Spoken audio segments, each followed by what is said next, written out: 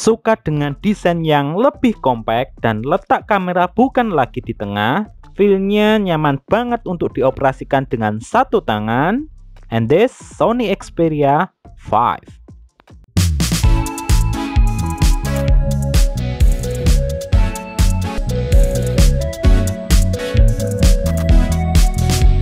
Ini adalah unit second versi Jepang atau biasa disebut dengan limbah Jepang, dan kutes sinyal dengan provider Axis cukup lancar. Impresi pertama kali saya megang ini Xperia 5, kagum dan feel nyaman digenggam dengan satu tangan. Sumpah enak banget, gak berat dan berasa pas ketika digenggam. Berbeda dengan megang pertama kali generasi letak kamera di tengah yang kurang nyaman digenggam dengan satu tangan. Secara desain gak beda jauh dengan kakaknya, di mana bagian kanan terdapat shutter volume up down, fingerprint scanner, shutter on off, dan shutter kamera sekaligus 2 buah antena. Bagian kiri 3 buah antena dan flap cover micro SD dan SIM card, sedangkan bagian atas hanya mikrofon. Bagian bawah terdapat lubang charger Type-C, 2 buah antena, mikrofon sekaligus speaker. Overall, secara desain compact dan nyaman banget untuk daily driver, apalagi ketika dimasukkan ke saku celana berasa pas dan nyaman. Untuk displaynya sendiri, ini menggunakan panel OLED dengan resolusi Full HD 1080x2520 rasio Cinema Display 21:9 dengan kerapatan 449 ppi, cukup nyaman untuk nonton movie. Tingkat detail dan kualitas displaynya oke banget. Tingkat akurasi dan warnanya masih cukup oke meskipun ini hanya resolusi Full HD.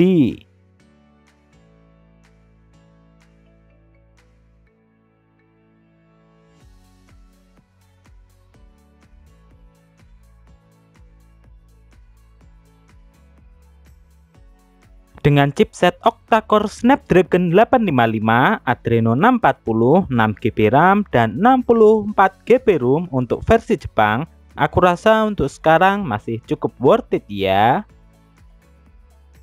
Bermain Mobile Legends dengan settingan rata kanan masih cukup lancar, tapi memang terkadang agak sedikit frame drop ketika suhu mulai meningkat.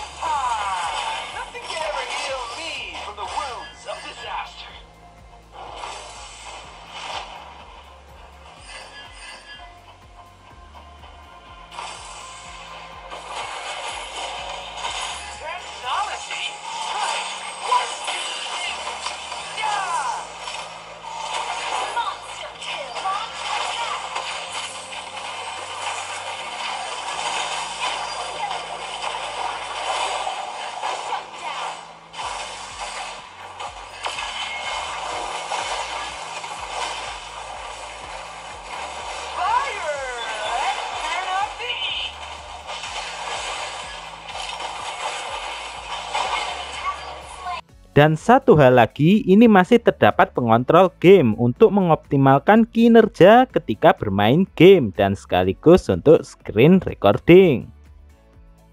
Bermain PUBG pun juga masih cukup lancar dengan settingan rata kanan XDR Extreme dan masih sama ketika suhu meningkat dan backdrop terasa cukup panas. Frame drop sedikit terjadi apalagi didukung ruangan yang sedikit tertutup.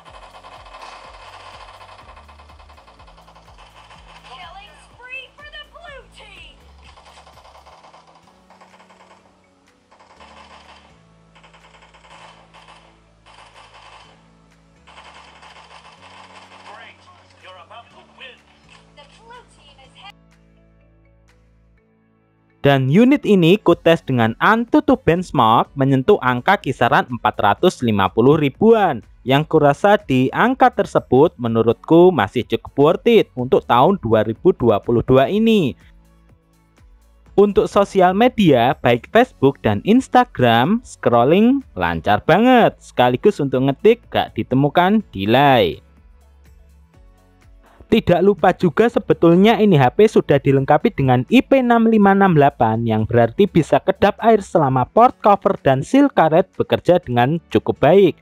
Tapi perlu diingat karena ini smartphone second harus ekstra hati-hati. Meskipun sudah dicek secara pressure masih up dan tes aplikasi menunjukkan waterproof, tidak menjadi jaminan kalau ini HP masih kedap air. Gak sengaja lihat ada semacam kertas putih yang menandakan ini HP masih belum kemasukan air. Kalau sudah berwarna merah itu tandanya sudah pernah kemasukan air. Dengan baterai berkapasitas 3000 mAh di tahun 2022 ini aku merasa masih cukup mumpuni.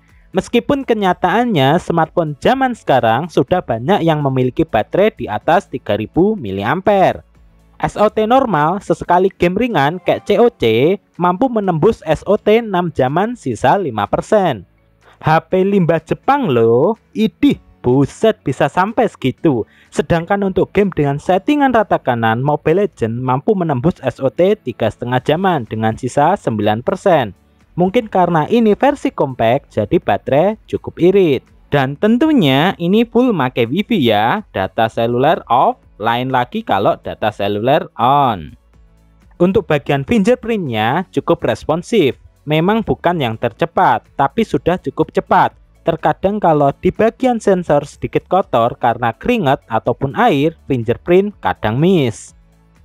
Sedangkan untuk speakernya sudah stereo, di mana satu menghadap depan, sedangkan satu menghadap bawah.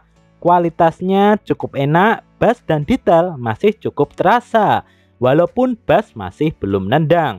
Entah mengapa speaker satunya menghadap bawah aku rasa kadang sedikit mengganggu ketika bermain game.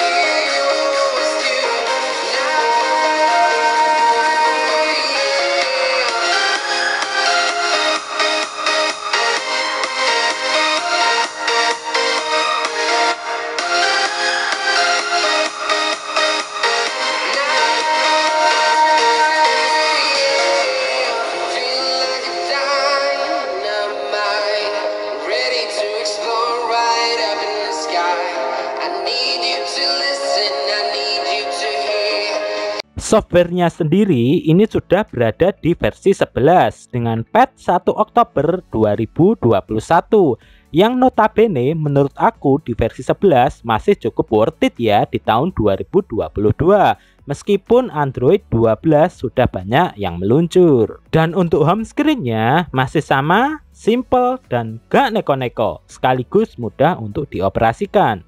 Scroll menu masih enak banget dan lancar, gak nemu lagging.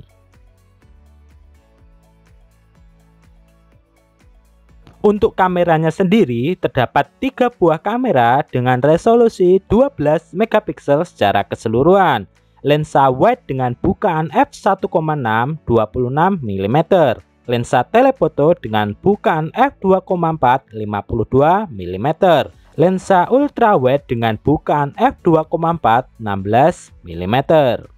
Sensor yang dipakai IMX563. Sayangnya di Sony Xperia 5 sudah tidak mendukung super slow motion 960 fps, hanya 120 fps.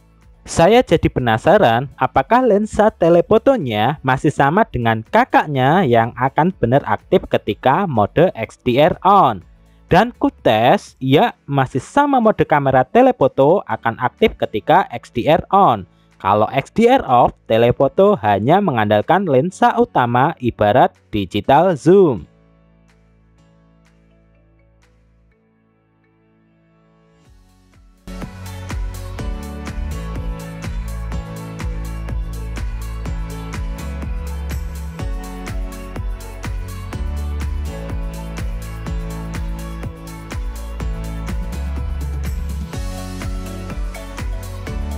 Overall, meskipun resolusi cukup kecil di 12 megapiksel, tapi hasilnya lumayan oke, natural, dan gak over warnanya.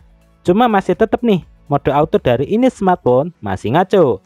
Kadang gak konsisten hasilnya, kadang hasilnya pas, kadang enggak.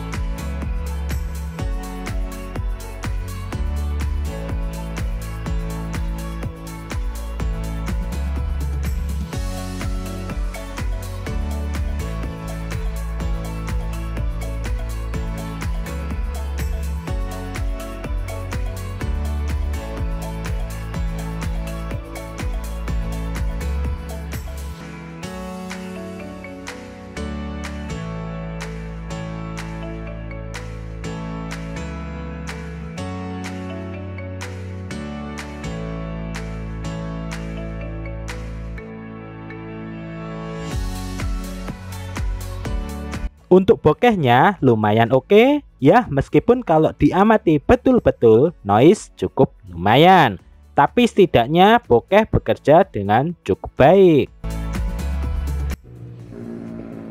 Oke, dan ini adalah tes resolusi 4K dari Xperia 5. Lumayan ya hasilnya, cukup stabil. Mic langsung dari HP. Ini sambil jalan ya, coba ke cepat. Oke, stabil, dan kita coba pindah lensa ke 2 kali. Oke, terima kasih. Oke, dan ini adalah tes resolusi Full HD dari Xperia 5. Wow, lebih stabil ya dari 4K. Buset, hasilnya cukup lumayan ya. Ini langsung ya mic dari HP, dan untuk kualitasnya bisa kalian cek sendiri. Coba 2 kali di optical zoom. Oke, terima kasih. Oke, dan ini adalah tes dari Sony Xperia 5 Full HD 60 fps.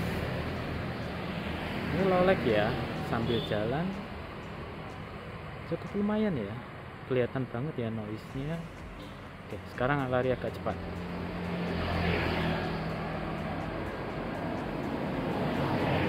Agak sedikit goyang ya. Oke, bisa kalian lihat sendiri dan nilai. Terima kasih. Untuk harganya, Sony Xperia 5 versi Jepang dibanderol kisaran 2,5 sampai 2,7 jutaan. Tergantung kelengkapan dan kondisi unitnya. The design Sony Xperia 5 more compact dan nyaman banget digenggam satu tangan. Meskipun resolusi Full HD, tapi masih cukup oke, detail dan colornya masih cukup tajam. Chipset cukup bagus, memang terkadang dengan settingan rata kanan, frame drop sedikit terjadi, apalagi overheat. Kualitas hasil fotonya masih cukup oke dan natural banget. If you like a compact phone, maybe Xperia 5 can be selected. And in 2022, Sony Xperia 5 is still the better value.